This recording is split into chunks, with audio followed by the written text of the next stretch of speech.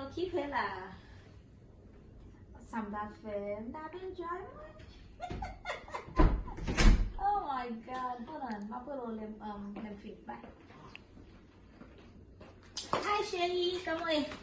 Ay, ou pa wè pantalon, gade, ti bout bagay. Koun yay bay sa wete, koun yay jodi godi mò chou pal l'eglise. Gile sa neg yo ap di nan la yon se vwe, oui? Qui ça dit? Ki sa neg yo di wap trompem? Wap trompem gile se vwe samdi. Mais chérie, comment pour me faire tromper? On va pas tromper chérie. Ah, moni pa et la, moni sot de yon la neg yo di madame map trompem. Mwen mba kon men ki rezon yo fou di ap Ah trompem. chérie, on fait me fâcher là. Comment on fâcher? Yo di mwen bout pantalon sou ou gade. Mba remen konsa. Mba remen konsa. E si sa neg yo tap diyan, bi 10 an mariage sa ma si sa neg yo ap diyan, nou men fòm nou pa ka kompren garçon.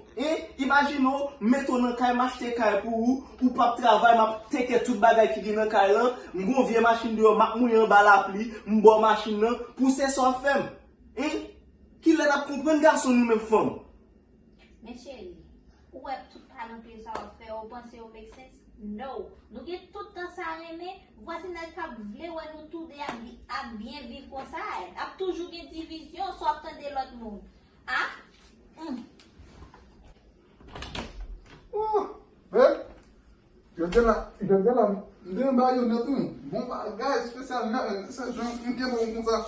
Car on ndem ça net. Oh, Chouko, ou manger madame moi-même. OK man, OK so. Chérie, Mais maman, chérie. maman papa, ça va chérie. Ben, venez de nous, ça fait la venez de moi.